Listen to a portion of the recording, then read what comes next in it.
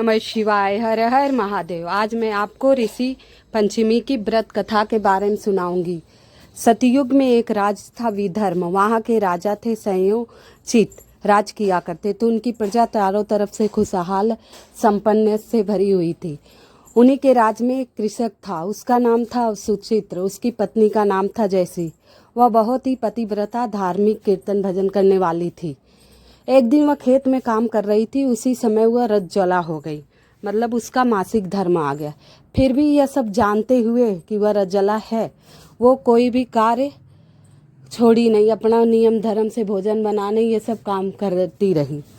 और क्योंकि उस भोजन को उसके पति ने खाया और उसके साथ रहा, इसीलिए उसी पापी का उसके पाप का भागीदार हुआ। उन दोनों की एक उचित समय पर मृत्यु हुई, सारे फल भोग के। वह कुतिया बनी रजज्वाला के कारण, और उसके साथ रहने के कारण वो बैल बना। अब वो यही एक पाप उनसे हुआ था, बाकी उनसे कोई पाप नहीं हुआ था। वो अपने पुत्र के ही घर दोनों रहने लगे, जयश्री और सुचित्र। उनका पुत्र बहुत धार्मिक था, समय समय पर ब्राह्मणों को भोजन कराना, हवन करना, यज्ञ कराना, कीर्तन भजन करना, ये सारे कार्य वो नियम से किया करता था। वहीं रहने लगे दोनों। और अपने ब्राह्मणों को भोजन करा रही थी, वो खीर बनाकर कहीं बाहर चली गई। इतने में उस खीर पर एक सर्प आकर गिर गया और खीर के अंदर चला गया। यह सब वो कुतिया देख रही थी। उसने सोचा मेरे बहू को यह घोर पाप लगेगा, इसीलिए उस खीर में उसने मुंह डाल दिया। ये उसकी बहू ने देख लिया और कुतिया को बहुत मारा, बाहर निकाल दिया। और उस दिन उसके पुत्र का भी दिमाग बहुत खराब हो गया। उसने भी बैल की बहुत पिटाई की, दोनों को भोजन नहीं दिया।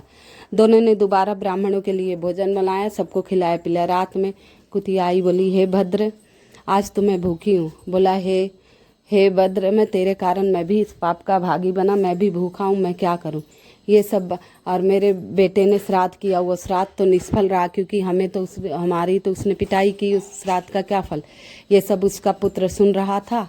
और फिर वो गया ऋषि के पास वन में, उन्हें भरपेट भोजन कराकर जंगल चला गया उसका पुत्र जयश्री का। और वहाँ ऋषियों से पूछा, हे प्रभु ऐसी ऐसी बात है, मैं क्या करूं। बोले ऋषि पंचमी का व्रत तू पत्नी सहित कर, ऋषियों की पूजा पाठ कर, भोजन करा और उसका फल अपने माता पिता को दे।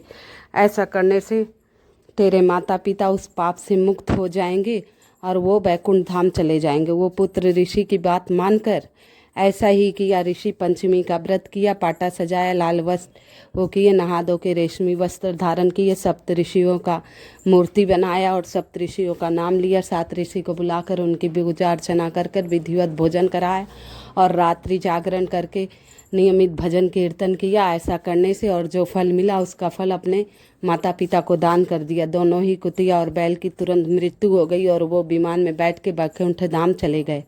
इससे उस पे पितृ प्रसन्न हुए और वो दोनों वैवाहिक जीवन अच्छे से जीने लगे। पुत्र पौत्र धन धान से भरपूर हो गया।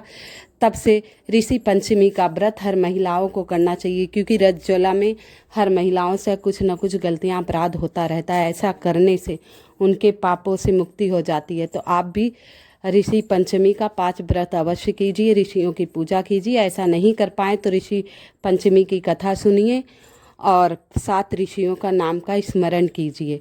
हर हर महादेव। लिए सब महिलाओं को ऋषि पंचमी का व्रत करना चाहिए, पूजा अर्चना करना चाहिए। ऋषि पंचमी की विधि और कुछ उपाय मैं आज सुबह वाली वीडियो में डाला है। अब ऋषि व्रत की कथा सुना दी, इस कथा को अवश्य सुनिएगा। कथा सुनने मात्र से ही सारे पापों से आप मुक्त हो जाएंगे। और कमेंट में मेरी वीडियो आप सभी को पसंद आए तो कृपया कमेंट में हर हर महादेव या ऋषियों का जो नाम आपको पता है उस ऋषि का नाम लिख के बता दीजिएगा।